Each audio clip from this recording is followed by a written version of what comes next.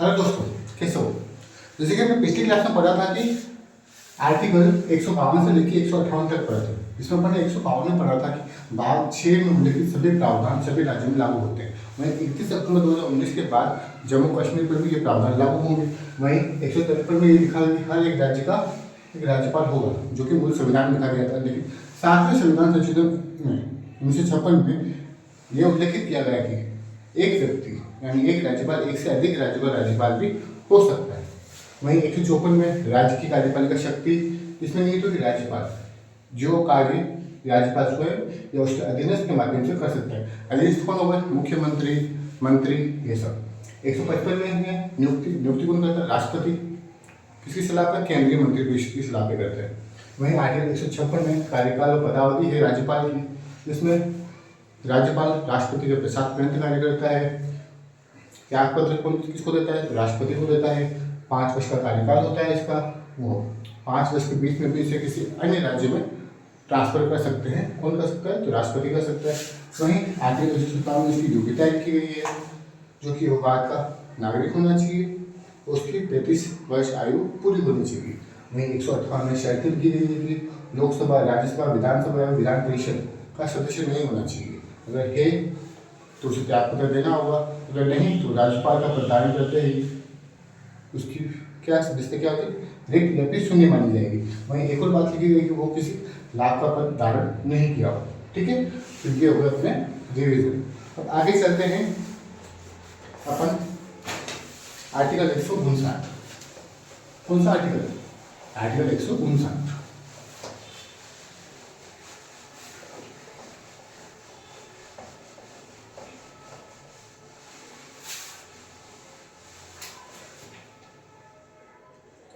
Article 159 इसमें क्या है?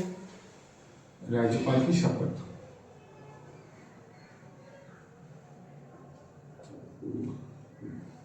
राज्यपाल की शपथ कौन दिलाता है? हाईकोर्ट का मुख्य न्यायाधीश,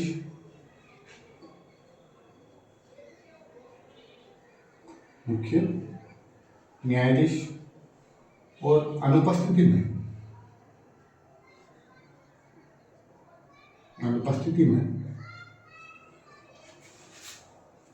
हाई कोर्ट में उपस्थित वरिष्ठतम न्यायाधीश। कौन? वरिष्ठतम न्यायाधीश।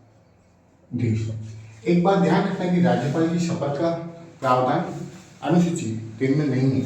क्या? अनुसूची 3 में नहीं है, सिर्फ किस में है? आर्टिकल 159 में। तो एक बात तो ध्यान रखना,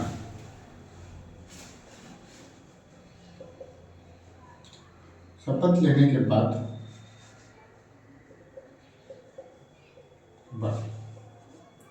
राज्यपाल शपथ प्रारूप पर अपने हस्ताक्षर करते हैं। अपने हस्ताक्षर करते हैं। ओके, ये हो गया अपना आर्टिकल 159। अब बात करते हैं आर्टिकल 160 की।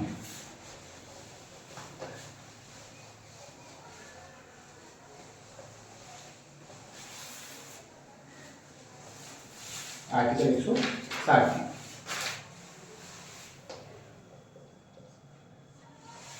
इसमें क्या लिखा है? अन्य आकस्मिकताओं। क्या लिखा है? अन्य आकस्मिकताओं के कारण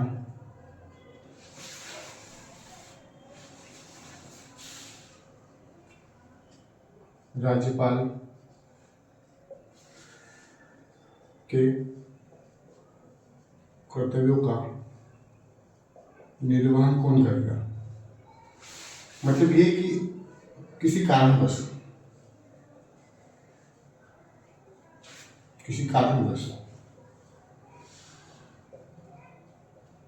राज्यपाल अनुपस्थित है या किसी बीमारी से ग्रस्त है,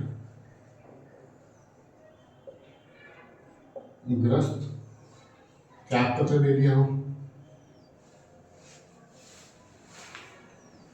या फिर मान सकते हैं मृत्यु हुई हो, तो क्या होगा? तो राष्ट्रपति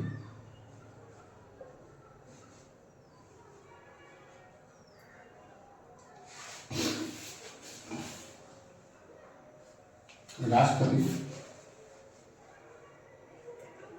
ऐसा कोई बंद करके किसी व्यक्ति को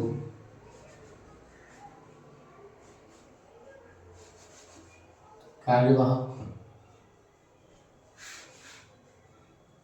राज्यपाल नियुक्त कर सकता है। किसे करता है? तो हाईकोर्ट के मुख्य न्यायाधीश को, मुख्य न्यायाधीश। अगर ये नहीं है तो वरिष्ठतम न्यायाधीश।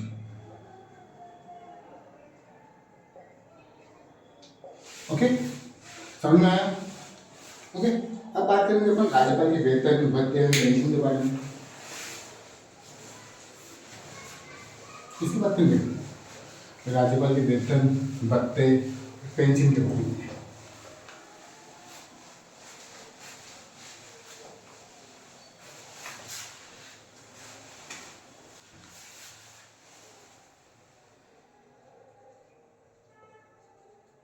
राज्यपाल के वेतन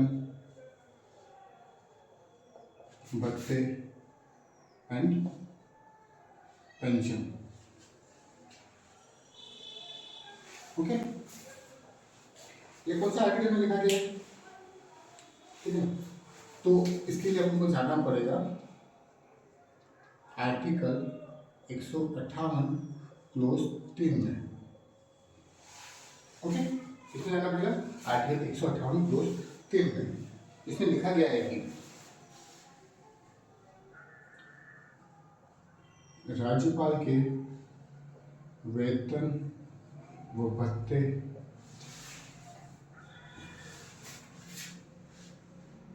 का निर्धारण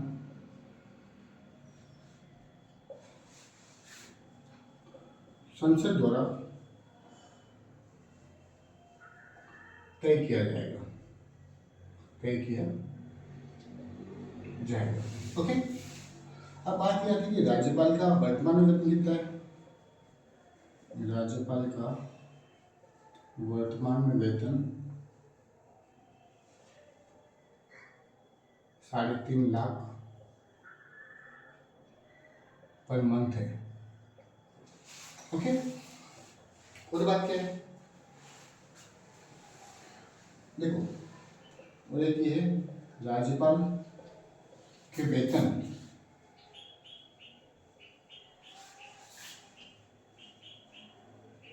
का भुगतान राज्य की संचित निधि, राज्य की संचित निधि पर भारित। वही राज्यपाल की पेंशन, तो फिर राज्यपाल की पेंशन किस पे? भारत की संचित निधि पर भारित, भारत की संचित निधि पर भारित होगी। ठीक है, और क्या होगा? और जब तक वो कार्यकाल में है तब तक उसके वेतन में कटौती नहीं की जा सकती, ये बात को पता होगा। लेकिन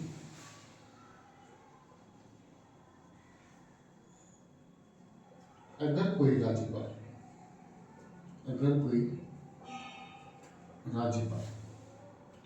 एक से अधिक राज्यों का राज्यपाल है तो उसके वेतन का निर्धारण राष्ट्रपति द्वारा किया जाएगा कि किस अनुपात में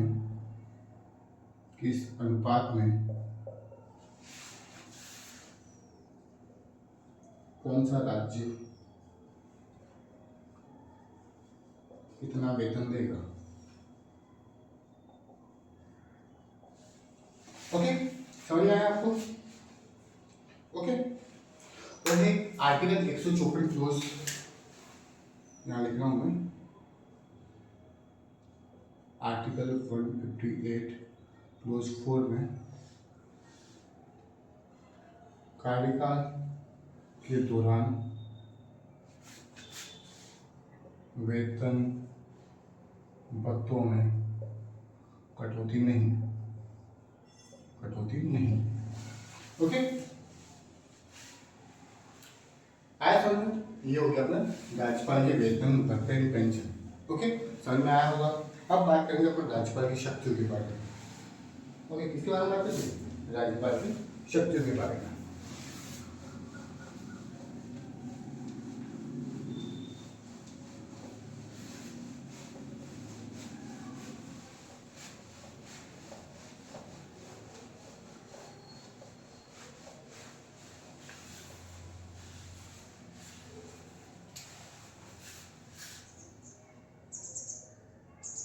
राज्यपाल की शक्तियां।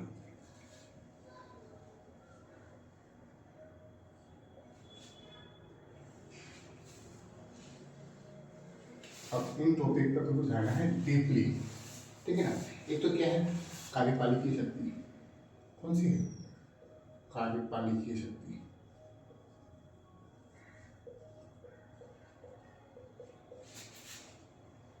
विधायी शक्ति,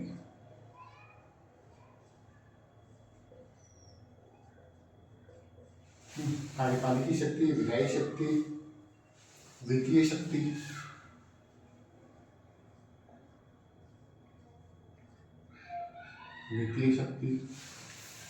उसके बाद अध्यादेश शक्ति, वीटो शक्ति, अध्यादेश शक्ति, वीटो शक्ति, न्यायिक शक्ति,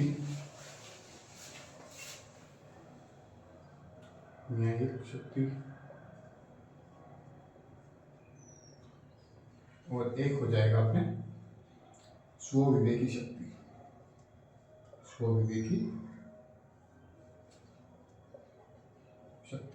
ओके, राज्यपाल की ये शक्ति है, इसमें अपन को सब पढ़ना है। ओके, अपन सबसे पहले पढ़ेंगे राज्यपाल की कार्यपालिका शक्ति। इसका एक और नाम है प्रशासनिक शक्ति।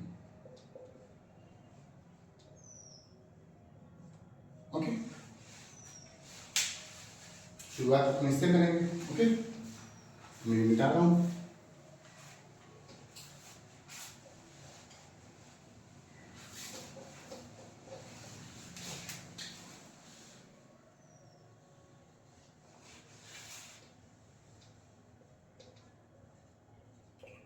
राज्यपाल की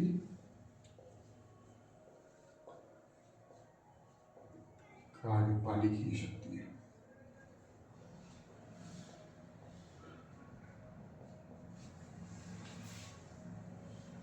ओके, देखो सबसे पहले तो आपने आर्टिकल पढ़ा था, आर्टिकल 154।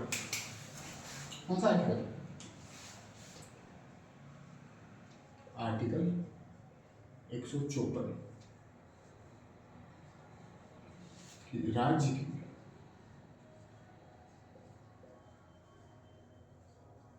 कार्यपालिकी शक्ति है।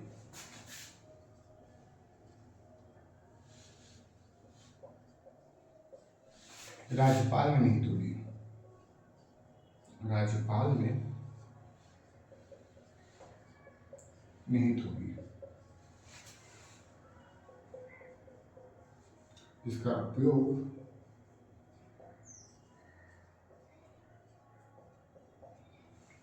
वह स्वयं या अपने अधीनस्थों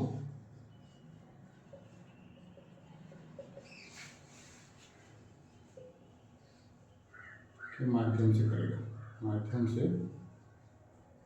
करेगा। ओके, तो ये होगी पहली शक्ति।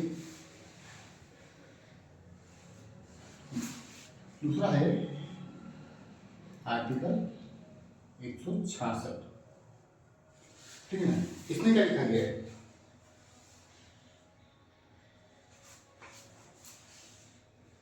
राज्य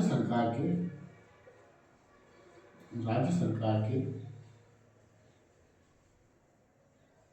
प्रशासन संबंधी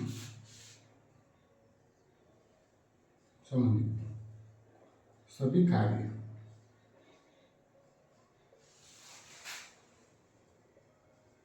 राज्यपाल के नाम से किए जाएंगे। राज्यपाल के नाम से किए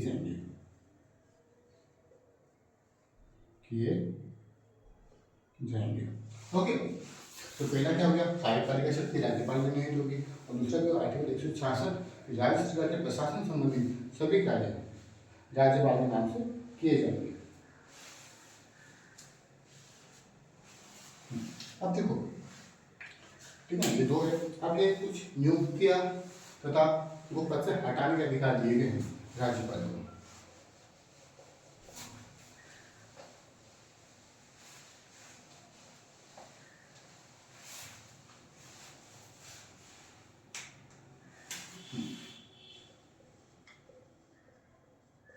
कार्यपालिकीय शक्ति के अंतर्गत राज्यपाल को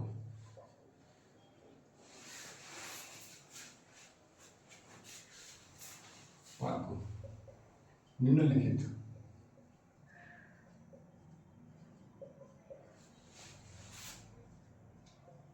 पदों को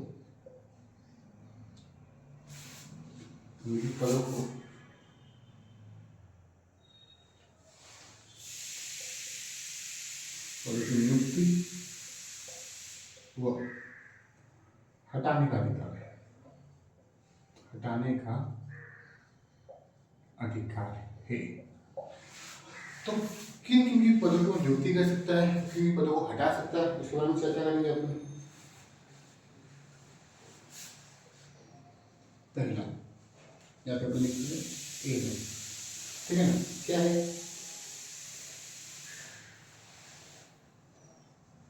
मुख्यमंत्री एंड राज्य के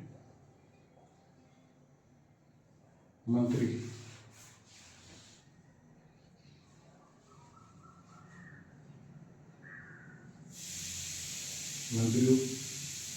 की नियुक्ति भी कर सकता है, हटा भी सकता है। मतलब क्या आपके इसमें लिखा है बर्खास्त की, हटा सकता है। अब क्वेश्चन आता है कि मुख्यमंत्री की नियुक्ति कौन करता है? तो राज्यपाल करता है। ओके, दूसरा क्या है?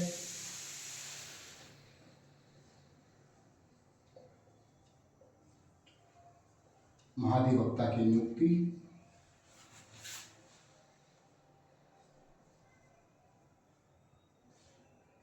वो हटाना। क्या है? महाधिवक्ता की नियुक्ति भी कर सकता है, तो हटा भी सकता है। किसे कहते हैं?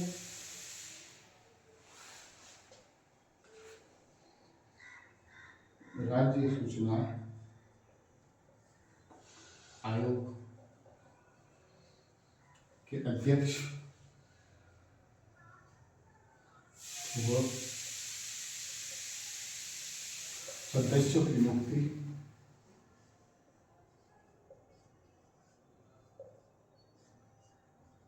व हटाना। ओके, फिर आगे चले अपन। फिर क्या है आगे?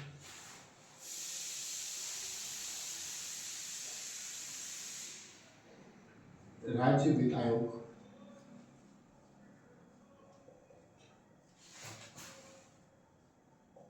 के अध्यक्ष व सदस्यों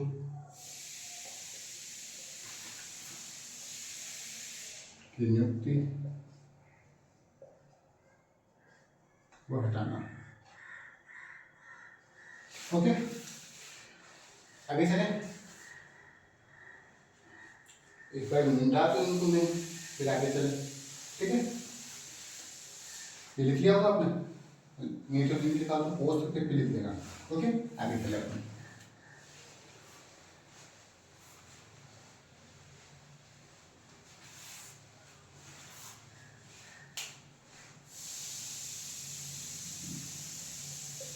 लोकायुक्त की नियुक्ति वो हटाना।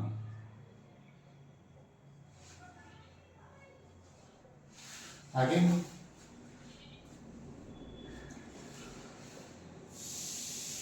आरपीएससी अध्यक्ष व सदस्यों की नियुक्ति।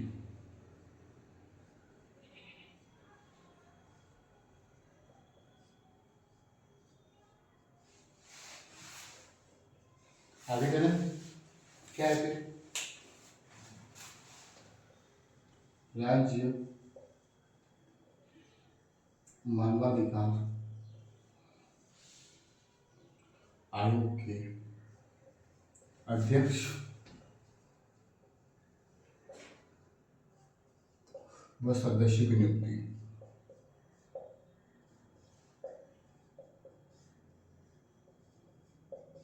Okay, ABCDEFG। हाँ, फिर क्या है, राज्य निर्वाचन आयोग की नियुक्ति। निर्वाचन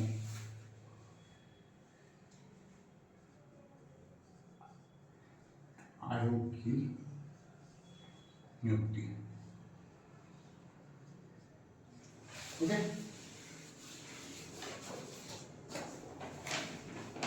अब देखना, बाकी सब में मैंने नियुक्ति और हटाना दोनों लिखे हैं, लेकिन जो 1, 2, 3 इनमें मैंने सिर्फ नियुक्ति लिखी है। क्या लिखा है, सिर्फ नियुक्ति, तो अंडरलाइन कर देना। ठीक है, उनके और उनके तरफ दोनों। ठीक है, अब मेरे पास स्मार्ट बोर्ड तो है नहीं, पीछे चला जाऊंगा, वो फिर मजा भी नहीं आता, सब कुछ लिखा हुआ होता है, तो फिर क्या मतलब। ओके, अरे वो नोट है, जैसे कि ये है ना, इनको नियुक्त कौन करता है, राज्यपाल। हटाने का अधिकार किनको है, हटाने का अधिकार राष्ट्रपति के पास है। किसके पास है, राष्ट्रपति के पास है। ओके,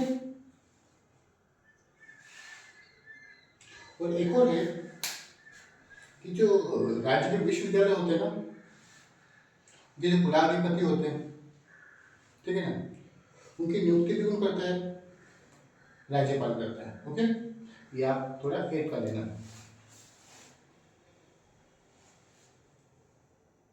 देखो मैं लिख रहा हूँ यहाँ पे,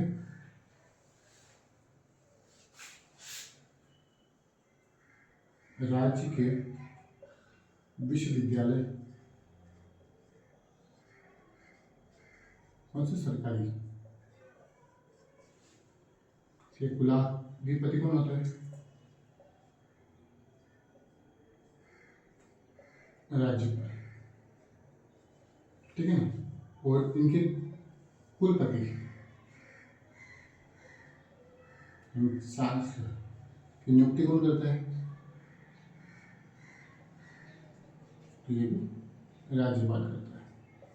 ओके, अब सवाल ये है कि इन महोदय का नाम चेंज कर दिया गया है राजस्थान सरकार द्वारा, तो क्या चेंज किया गया है आप कमेंट में बताओगे मुझे। ओके, अब बात करेंगे अपने राज्यपाल की वित्तीय शक्तियाँ। ठीक है ना, लेकिन उसके बारे में अपन कल चर्चा करेंगे। ओके, ये ज़्यादा लंबी क्लास लेनी नहीं है, कल अपन 2 या 3 शक्तियाँ और देख लेंगे, परसों थोड़ी और देख लेंगे, और ऐसे करते करते अपना राज्यपाल का टॉपिक हो जाएगा। एक दिन में पूरा पढ़ना अच्छी बात भी नहीं है, असंभव है। मैराथन ही है वो आगे निकल जाती है, अपन पीछे रह जाते हैं। अपन धीरे धीरे दौड़ेंगे, फिर बाद में अपन तेज भागेंगे चीते की रफ्तार से।